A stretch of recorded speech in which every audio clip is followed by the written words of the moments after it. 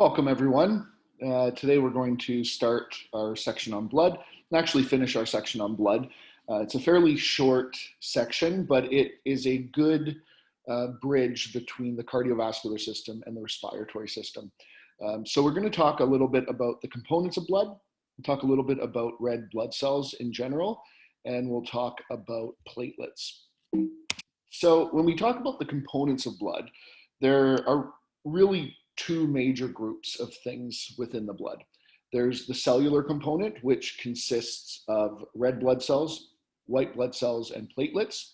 And then there is the liquid component of blood, which contains mostly water, but also dissolved solutes such as ions, some organic molecules like glucose, there's proteins, there's amino acids, there's some waste products in there as well. The plasma contains a lot of our trace elements and vitamins like copper. It will contain some of the iron that gets transported from the GI tract into the bloodstream. That will be within the plasma. And the plasma also consists of our dissolved gases like carbon dioxide and oxygen. We're going to get into that more in detail in the respiratory section. About 3 liters of our blood is the liquid component, and about 2 liters of our blood is the cellular component. So there's a total of about 5 liters of blood in the average adult human. Our main cellular component consists of red blood cells, and these, as you likely know, it's the oxygen carrying cell. We also have white blood cells, and we have multiple different types of white blood cells. There are lymphocytes, there are monocytes, which is a precursor to a macrophage. There are neutrophils, eosinophils, and basophils. The last 3 of these, neutrophils, eosinophils, and basophils, they are referred to as the granulocytes. So you can actually see within their cytoplasm, they consist of multiple little granules, if you will, that make them granulocytes. The last component of our cellular part of our blood is the platelets. And the platelets are really important in hemostasis, or stopping blood from leaving if we get cut. So it's important in the clotting cascade when we try to stop an injury right when it happens. We stop the loss of blood. A lot of times in medicine, we will do things called a complete blood count, and we look at different features within a complete blood count, because we're often wondering, what are these cellular levels within our blood? And some changes can indicate various disease processes. So what ends up happening when you do a complete blood count is a person will have their blood drawn, and then the blood gets centrifuged, so it gets spun really quickly. And the cellular component, because it's more dense, it goes to the bottom of the test tube sample, and the liquid component of the blood stays at the surface. And then they will actually look at how much of that blood sample are white blood cells, how much of that blood sample is the red blood cell component, how much of that blood sample is the platelet component. We can actually look at a lot of different features on a complete blood count. And we're really just referring to the cellular count when we talk about a complete blood count. The liquid component of the blood is generally used for if we're looking at what's the concentration of dissolved solutes in the blood. Like if we're looking at blood glucose, or we're looking at if we're looking at sodium levels, we're going to use the plasma component. But when we do a complete blood count, they only use the cellular component. And there's a particular value that we're always very interested in. That's something called the hematocrit. The hematocrit is the percentage of blood volume that is occupied by red blood cells. And so this can actually give us an indication of, are we making enough red blood cells? do we have enough red blood cells? Are the red blood cells being destroyed? Are we making too many red blood cells? And it gives us an indication of the health in terms of iron as well. If you don't have as much iron, you can't make as many red blood cells, or the red blood cells sometimes that you make end up being a bit smaller because you don't have the iron. This is going a little bit beyond what we need to know, but we look at hematocrit levels as a measure of our red blood cell volume. The next thing we can look at is the hemoglobin component of our red blood cells. And so hemoglobin component is probably the one that, if we're doing a test to see what someone's iron level is, this is the one that we look at most readily. And the hemoglobin value is going to reflect the oxygen carrying capacity of red blood cells. And that is based on how much iron we actually have within our red blood cells. And so you'll notice that the level for males, the lower end of the range is actually higher than the lower end of the range for females. And the higher end of the range is also higher than the higher end of the range for females. The reason for this is because females in general will have a menstrual cycle where they lose blood every month. So it's not uncommon for a female of childbearing age to have a bit of a lower hemoglobin level because of the loss of red blood cells and iron through the menstrual cycle. Men should not have any loss of iron.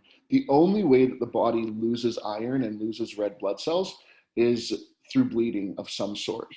And so if a man goes in for a blood test and it's shown that he has a low hemoglobin, well, the doctor's going to be a little bit more concerned about that and say, where's the blood? Where's that person losing the blood from? And we're going to start looking for sources of blood loss if there's no obvious one. Whereas in a female, a bit of a lower iron level, especially in a female who is of childbearing age, questioning will go more around menstrual cycle. How heavy are periods? Have they been more heavy recently? That might give clues as to why the hemoglobin is lower. The red blood cell count is just an actual number of red blood cells. We use this, but not actually as frequently as the hemoglobin levels.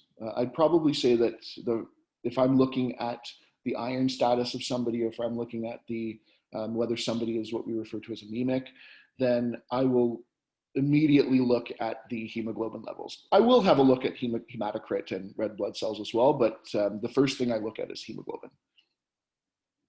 Then we get something called a total white count, and we often just refer to this as a WBC, or white blood cells. And that count will tell us all the white blood cells in general. It won't separate the white blood cells from neutrophils to lymphocytes to basophils, eosinophils. It'll just tell us all the white blood cells. And that level has a certain range. And if we're above that level, often that will distinguish between whether somebody has an infection versus not an infection, the majority of the time. There are other reasons that somebody's white blood count goes up. If the white blood cell count is low, sometimes that can also be infection. But we also wonder, if the white blood cell count is low, is there an issue with the development of white blood cells? Is there an issue with the bone marrow, where the white blood cells are actually going to be generated from? So these values can give us some clues. There's also something called a differential white blood cell count, where we actually break down the number of each individual type of white blood cell, and it usually gives it as a percentage. You'll sometimes get an absolute count as well, but usually it's as a percentage, and it will give a percentage of neutrophils, a percentage of eosinophils, percentage of basophils, and you'll see that the type of white blood cell that is in highest quantity in your blood are neutrophils, followed by lymphocytes. And then you'll see that the eosinophils and basophils, very low percentage. Basophils only occupy about less than 1% of our white blood cell volume. Then our platelets, this gives us a suggestion of our ability, of the blood's ability to clot. And so this should be within a certain range. If this level goes below this lower end of normal, we start to get worried about the ability or the inability of clots to actually form. And so we worry about bleeding risk. If somebody's platelet count goes too high, there's actually a little bit more of a complicated issue. And in general, it will indicate that the ability of the blood to clot is too high, and it will put you at risk of developing clots when you shouldn't. That being said, if you were to look into high platelets, you'll find a lot of information that actually seems to conflict with that. That goes beyond the scope of our course. But in general, a low platelet count suggests that you might be at higher risk of bleeding, and a high platelet count, if it's a true high platelet count, will suggest that you're at a higher risk of clotting. Those are just general trends, definitely not in an in-depth look at abnormal platelet counts. These values, I don't expect you to memorize them. Please don't memorize these values. If I were going to ask you a question about the components of a complete blood count, and I would actually give you what a normal range is, and I might ask you a physiologic question for why did this happen? Why do you think this would happen? But I won't ask you what is the normal range of white blood cells in an adult human. I'm not going to do that to you. So don't memorize these values. So blood cell production is through a process called hematopoiesis, whereby blood cells actually originate from a specific precursor cell. And this precursor cell is called a pluripotent hematopoietic stem cell. And this particular type of cell can turn into any type of blood cell. They are found in the bone marrow, and depending on the chemical factors that they're exposed to at different stages in development, it's going to turn into a different type of cell. But it has the potential to turn into any type of blood cell. And so here is the pathway of hematopoiesis. I don't expect you to memorize this either. What I want you to know is that all blood cells really come from this pluripotent hematopoietic stem cell. And I also want you to know what the blood cells that are formed, what are they that are actually in circulation. And so it's a very complicated process to figure out exactly what type of cell is produced. It depends on chemical factors that the cells are exposed to. But also know that this happens in the bone marrow. Now I'm going to go back to those eosinophils, are the granulocytes that include basophils, eosinophils, and neutrophils, just for a moment. And I'm just going to explain a little bit further about how those cells got their names, and a little bit more about the histology of those cells in very brief detail. I'm just going to share my slide for you. Perfect. So there's 3 types of granulocytes. And the way that I remember the granulocytes is that I remember the name Ben. So basophils, eosinophils, and neutrophils. And so the way that these cells actually look under the microscope, so if you have a basophil, when cells get stained, they actually get stained with one of 2 stains. They actually get stained with both. And these stains, it's sometimes called an H and E stain. And the H stands for hematoxylin.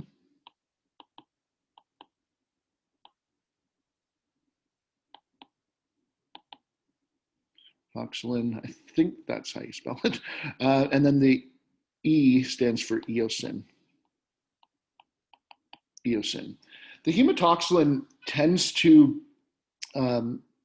combine with some of the acidic compounds within the cell and tends to stain things blue, a very deep blue color. And we refer to this as a basophilic staining.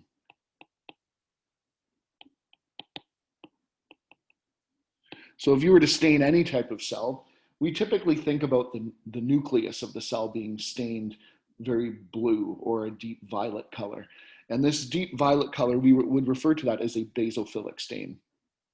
An eosin stain tends to stain in more of an acidic way. It tends to be an acidic stain that tends to latch onto certain substances in the cell. And this tends to be a pink stain, pink.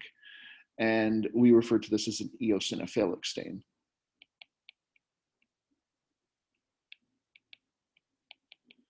So some cytoplasm will be eosinophilic. It tends to stain a little bit more pink than the rest of the cell.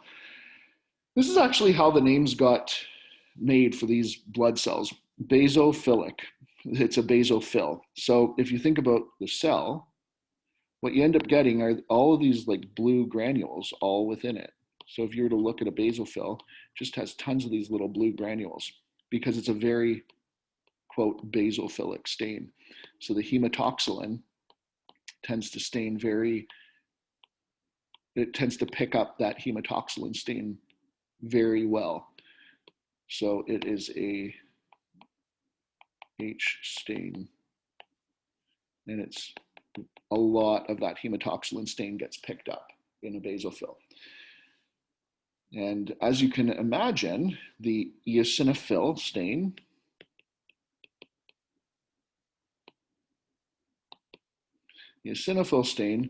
well, it tends to pick up a lot of that eosin, which tends to be more pink in color. I know I'm coloring this in red, but it tends to be more pink. So all those granules within an eosinophil tend to be very pink. It'll still have a nucleus within it that will pick up that basophil. That'll still be, quote, basophilic, but the eosinophil granules stain that pink color. So it has a very different appearance. A basophil will also have a nucleus, but it's usually hidden by the amount of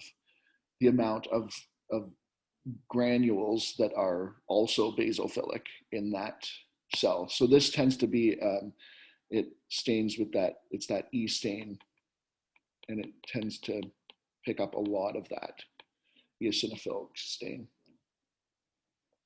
The neutrophil, as its name kind of implies, it doesn't pick up any of that stain, really, or not a lot of it. So you tend to have your cell, yes, the nucleus is going to be staining blue. A neutrophil tends to have what is referred to as a segmented nucleus. So it sometimes looks like a horseshoe shape. Sometimes it looks like there's several sort of nuclei within it, but that's typical. And the neutrophil will have little granules all within it, but it doesn't actually pick up a lot of the stain. But there are granules. You can tell that there are granules, but it doesn't pick up a lot. So it doesn't stain with either the H or E stain very well. And we refer to it as being neutral in its staining. Hence the word neutrophil. So those are our granulocytes: basophil, eosinophil, neutrophil. So don't forget the name Ben for those. Anyways, I just wanted to give a little bit of a explanation about that. What am I doing here? I'm going to share my screen again. Okay. Okay, so we're back to our presentation. So again, don't memorize this process of hematopoiesis. Understand that everything comes from that pluripotent hematopoietic stem cell. Understand that this is all happening in the bone marrow. And then I want you to know the cells that are in circulation within the bloodstream.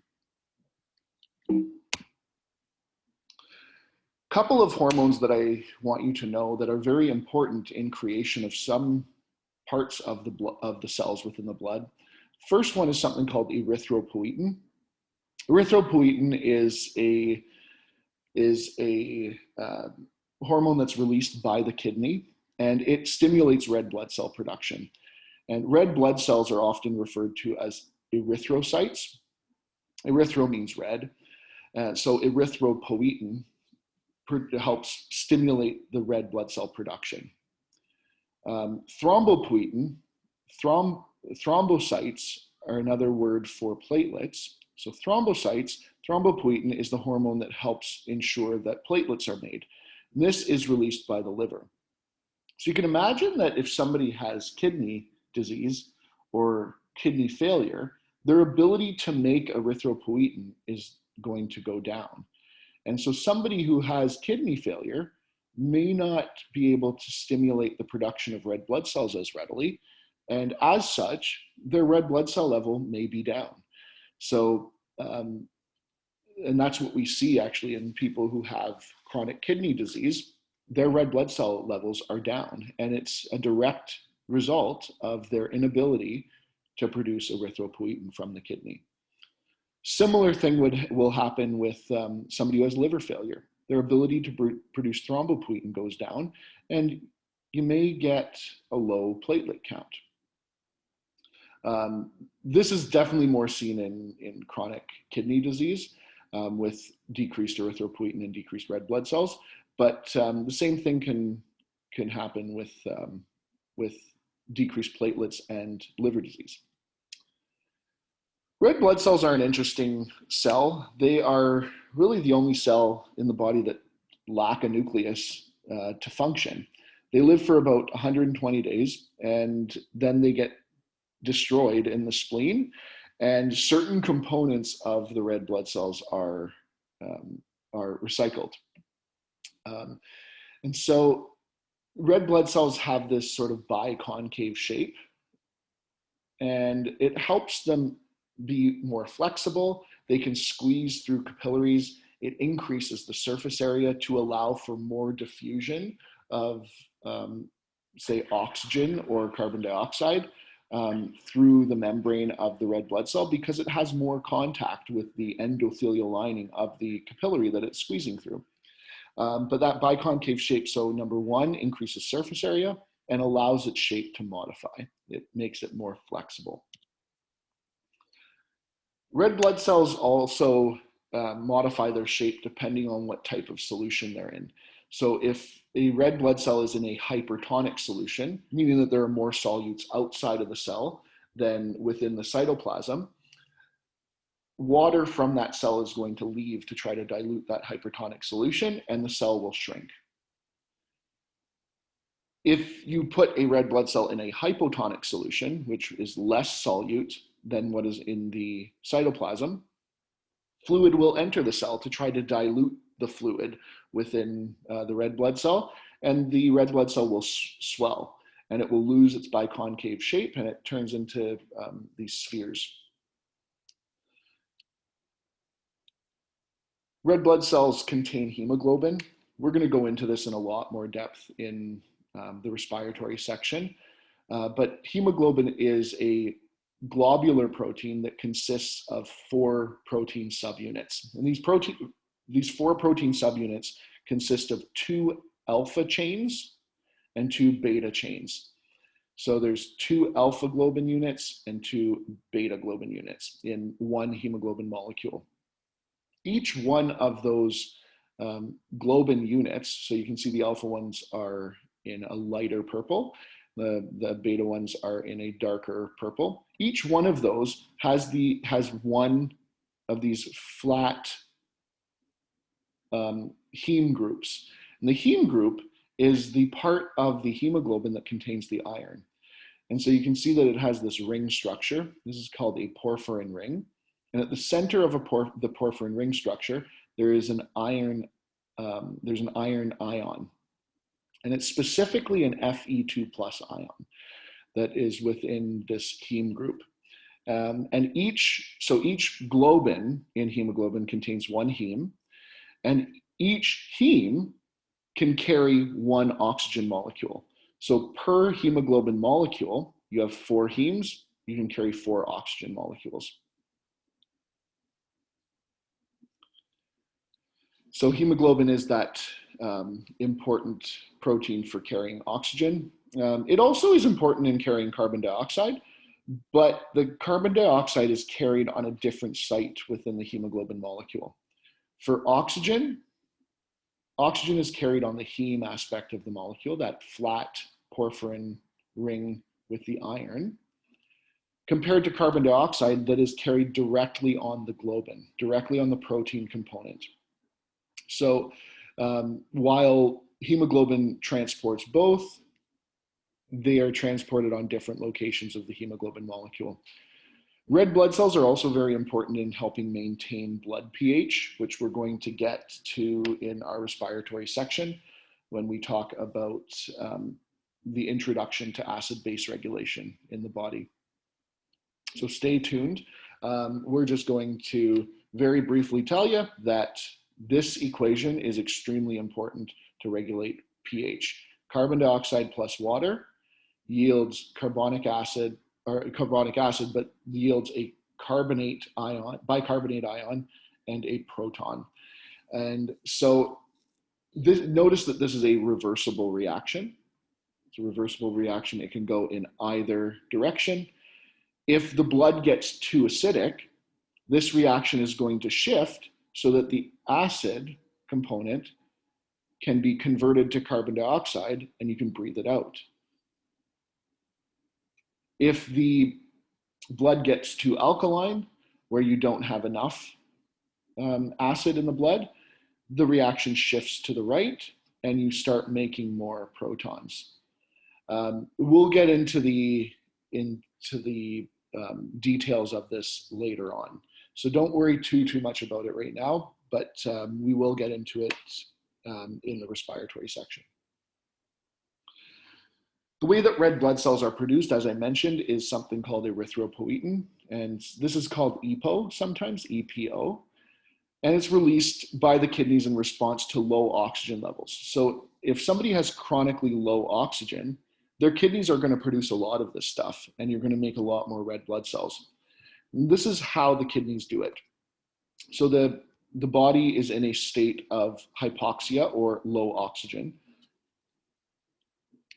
That low oxygen actually causes the release of something called hypoxia-inducible factor 1.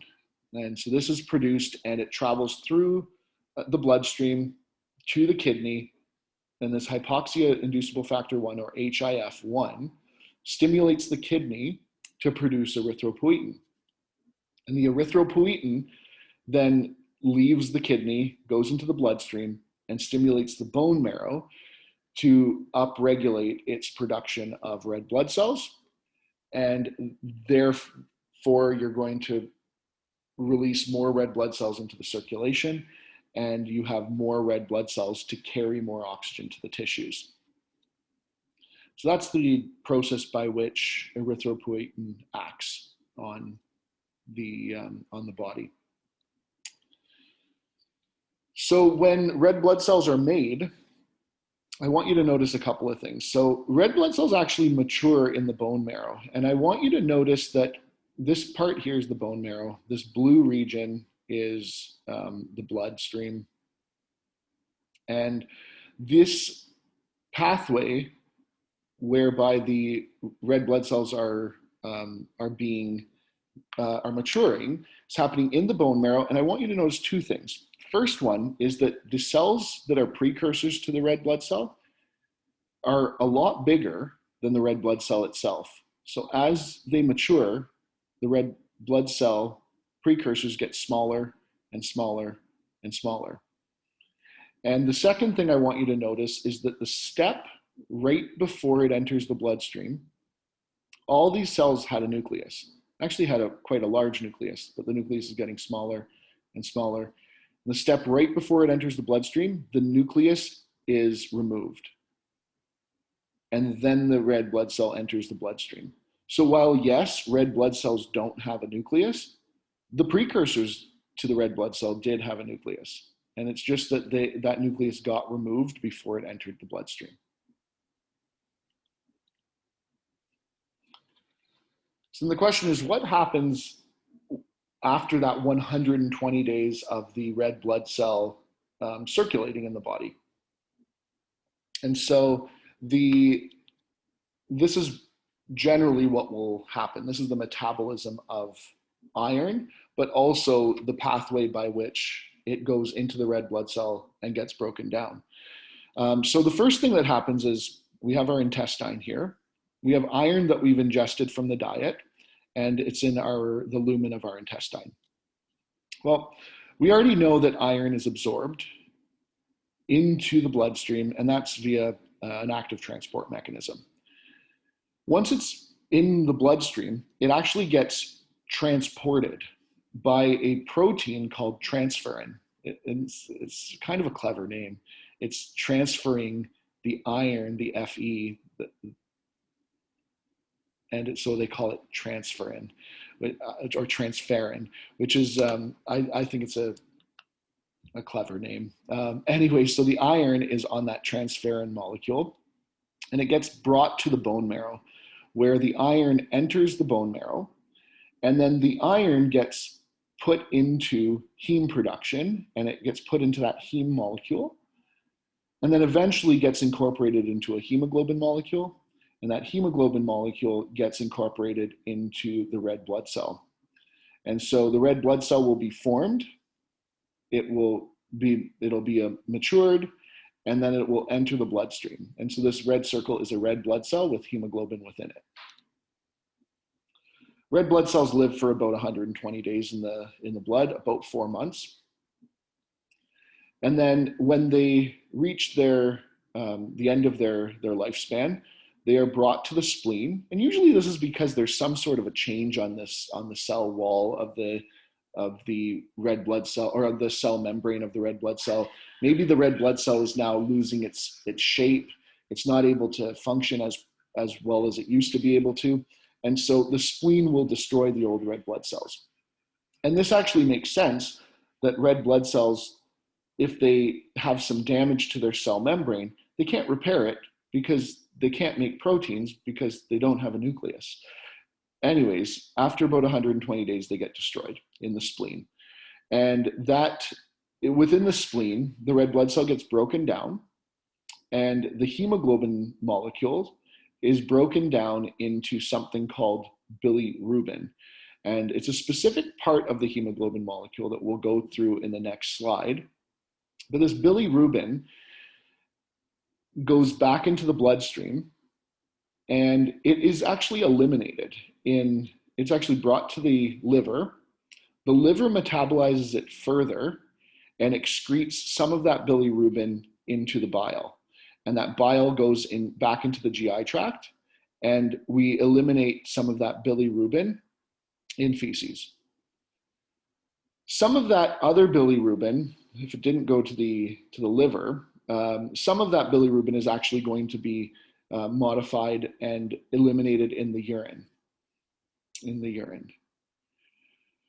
So the question is, why are we modifying the bilirubin?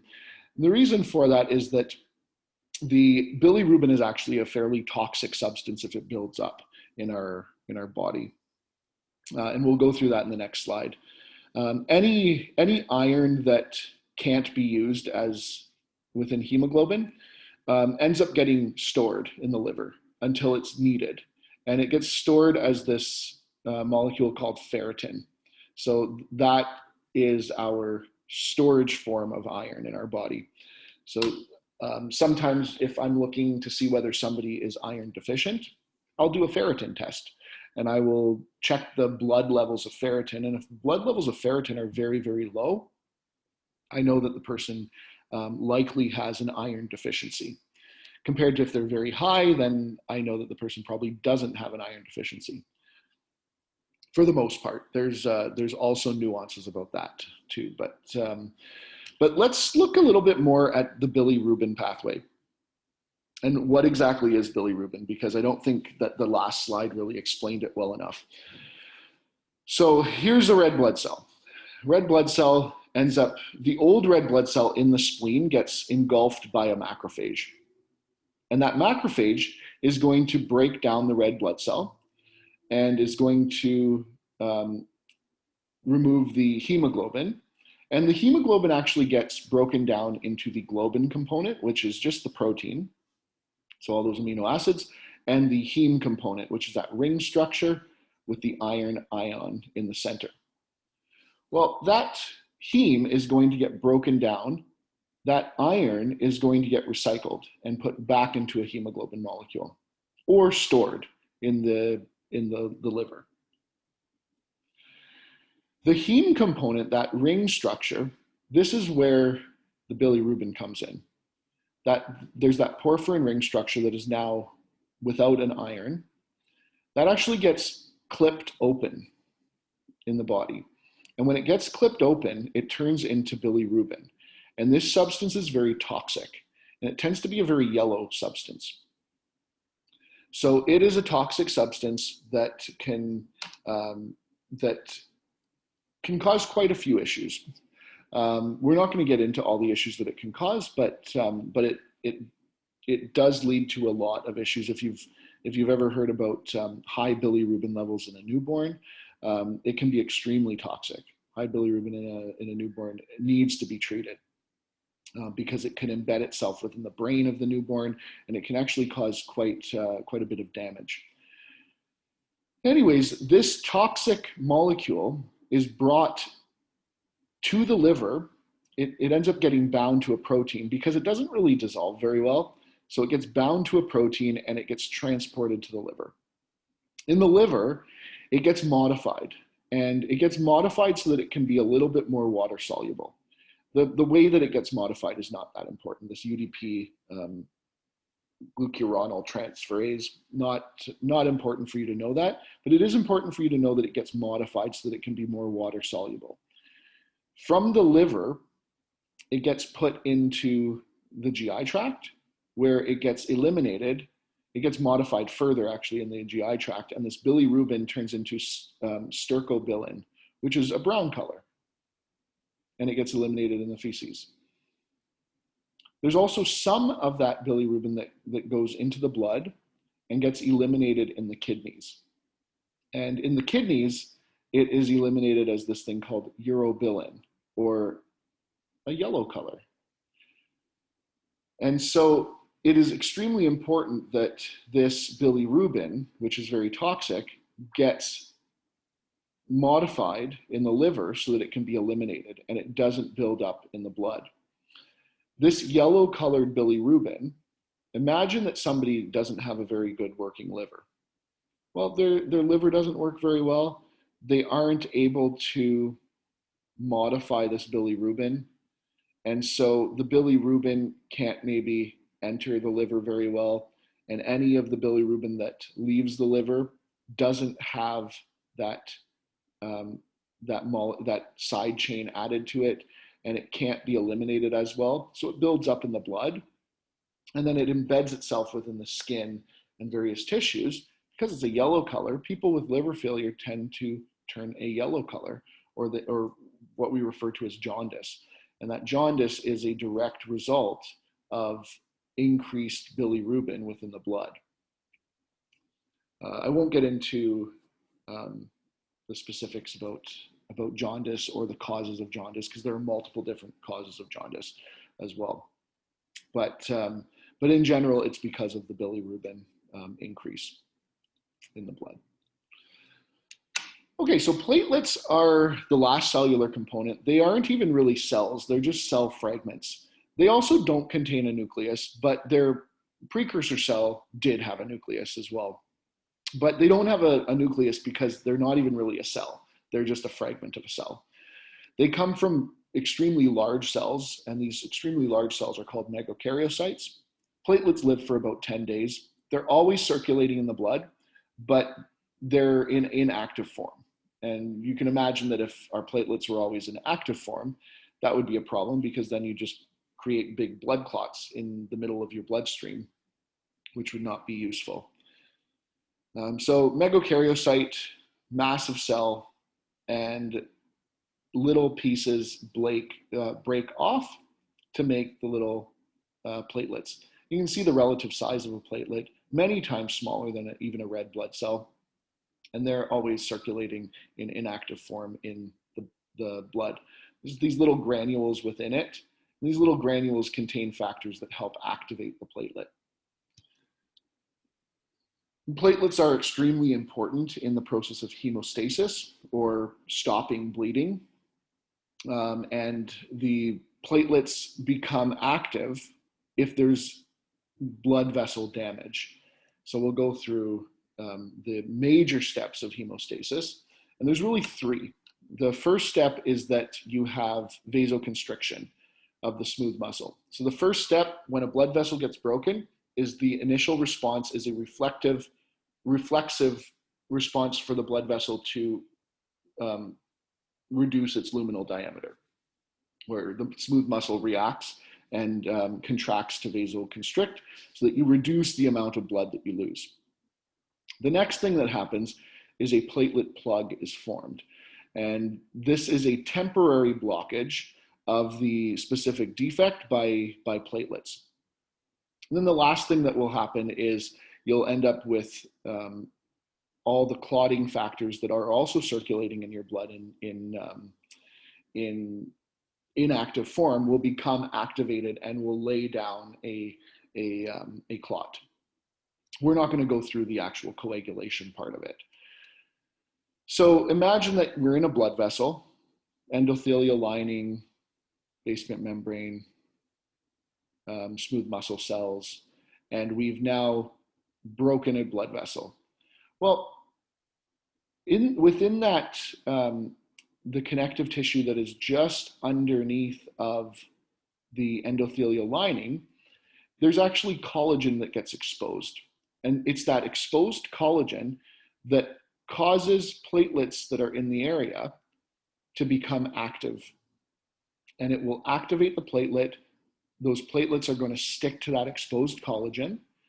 And those platelets that are activated will release factors that will help attract other platelets to come and bind on to not only the collagen, but also onto the platelets themselves. And you end up getting this attraction of a large number of platelets to the area of damage. And that area of platelets is called platelet aggregation. So all of those platelets aggregate together and create what is referred to as a platelet plug, so that blood can't leave this defect and enter and actually leave the bloodstream. Because that would be bad if we couldn't repair this damage. So we're going to stop there for today. In the next presentation, we're going to start our respiratory section, and we will get into the transport of oxygen and carbon dioxide in the blood. I'll see you all then.